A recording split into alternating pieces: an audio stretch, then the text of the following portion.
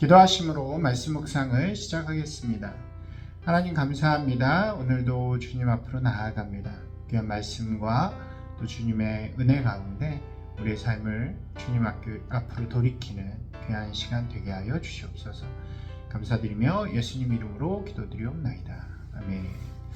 네, 반갑습니다. 오늘은 누가복음 중간에 있는 11절부터 있는 한 사건에 대한 이야기를 함께 나누겠습니다. 이 본문의 이야기는 예수님의 가르치심의 중간에 이렇게 등장하는 사건입니다. 보면 계속 가르치심과 사건들이 같이 이렇게 번갈아 가면서 이루어지는데, 이 모습은 예수님의 가르치심이 실제적으로 어떤 내용인가를 보여주는 살아있는 예라고 할 수 있을 것입니다. 예수님께서는 당시 종교인들과는 다르게 죄인이라고 여기는, 또 스스로 자격 없다고 생각하는 이들을 향해서도 하나님의 사랑이 전해져야 한다라는 것을 말씀하시죠. 그것이 바로 복음이 되는 것입니다.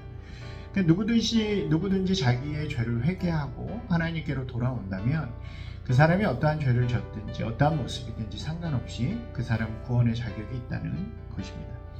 그리고 이제 이 사건이 시작이 되어지는 거죠. 예수님께서 갈릴리에서 예루살렘으로 가실 때에 원래는 이렇게 다른 길로 이렇게 돌아가지만 사마리아 지역을 지나서 가시게 되었습니다. 보통은 여기를 이제 피하는 지역이었죠. 그 길에 이제 한 외딴 곳에 나병 환자들이 모여 사는 그런 곳이 있었던 것 같아요. 그래서 한 10명 되는 나병 환자들이 지나가는 예수님의 일행을 보고 자비를 베풀어 달라는 요청을 하게 됩니다. 이것은 예수님의 소문을 듣고 예수님에게 구함을 요청한 것일 수도 있지만, 아마도 그것보다는 많은 사람들이 이렇게 자주 지나다니지 않는 곳에 와서 자신들의 도움을 좀 재정적이거나 이런 것들을 좀 도와달라는 요청이었을 것이라고 생각이 되어집니다. 그 나병 환자들은 당시에 이제 부정하다라고 낙인이 찍힌 채로 따로 모여 살아야, 격리되어야 하는 사람들이었고, 나병이 낫기까지 돌아오지 못하는 사람들이었죠. 쉽게 이것이 낫지도 않았기 때문에 그들은 절망 가운데 어떤 소망도 없이 살아가는 그런 사람이었다고 할 수 있습니다. 우리의 표현으로 하면 자격 없는 사람들이죠. 죄인이고 또 하나님으로부터 버림받은 사람들입니다. 예수님께서 그것을 지나가실 때 자비를 베풀어 달라는 요청을 듣고 예수님께서는 그들을 향해서 너희의 몸을 제사장에게 보여라 라고 말합니다. 이 제사장에게 보이라는 의미는 깨끗해졌다라는 것을 증명받는 방법입니다. 이 말씀에 의해서 성경에는 아주 간단하게 되어 있죠. 10명이 제사장에게로 돌아갑니다. 그리고 놀랍게도 가는 중에 모두 나았다라고 기록하는 것입니다. 근데 참 이 다음이 중요해요. 그 10명의 사람들이 다 나았는데 그 중에서 오직 한 명만 예수님께로 다시 돌아와서 감사를 표현했다는 것입니다. 그리고 누가는 이 사람이 바로 사마리아인이었다라고 이야기합니다. 그리고 이어지는 예수님의 말씀 속에서 이 사마리아인을 이방인이라고 표현하면서 나머지 이 이방인 외에, 한 명의 이방인 외에 아무도 오지 않았느냐라는 말씀을 하시게 되는 거죠. 그러니까 이 나머지 9명은 유대인이었다라고 생각할 수 있는 것입니다. 혹여 아니 갈릴리 거기도 마찬가지죠.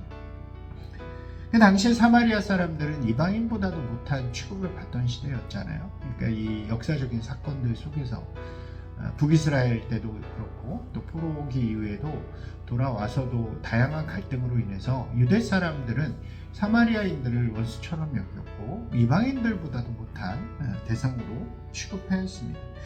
매우 혐오하던 시대였죠. 그러니까 그렇게 혐오하는 이 인물인 사마리아인만이 예수 그리스도의 그 은혜에 보답하기 위해서, 감사하기 위해서 돌아왔다는 거예요. 하나님께 영광을 돌리고 예수님께 다시 돌이킨 사람은 오직 이 자격 없는 사마리아인이며 또 나병 환자인 이 사람밖에 없었다는 거죠. 그리고 그러한 그를 향해서 예수님께서는 그 믿음이 너를 구원하였다라고 말씀하시는 것입니다. 매우 큰 의미를 가진다고 할 수 있겠죠. 복음의 핵심이 무엇일까요? 복음은 자격 없는 자들을 향한 하나님의 은혜라고 표현할 수 있습니다.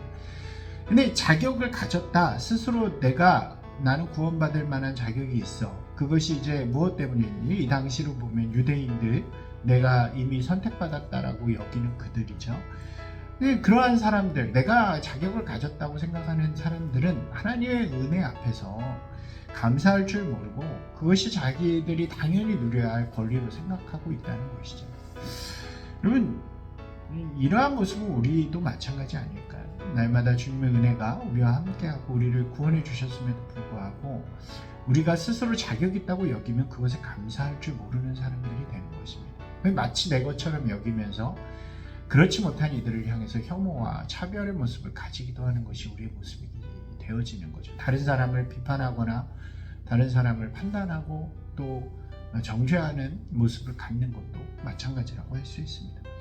하지만 스스로 자격이 없다라고 고백하는 사람은 오직 늘 그 은혜에 감사하면서 우리에게 주신 그 은혜를 마음에 품고 예수께로 돌아가고 또 더 나아가서 그 은혜를 아직 자격 없다고 여기는 이들에게 나누어 줄 수 있는 사람들이 될 수 있는 것입니다. 그것이 바로 복음의 핵심이라고 할 수 있는 것이고 하나님께서는 그들을 통해서 하나님의 나라를 이루어 가십니다. 사랑하는 여러분, 오늘 우리가 모두 자격 없는 사람임을 좀 고백하면서 우리에게 그 자격 없는 자에게 주신 은혜 그것을 바라보면서 감사하고 또 주님께로 돌아가서 오늘 우리의 삶을 아름답게 만들어가는 저와 여러분이 되기를 주님의 이름으로 축원합니다.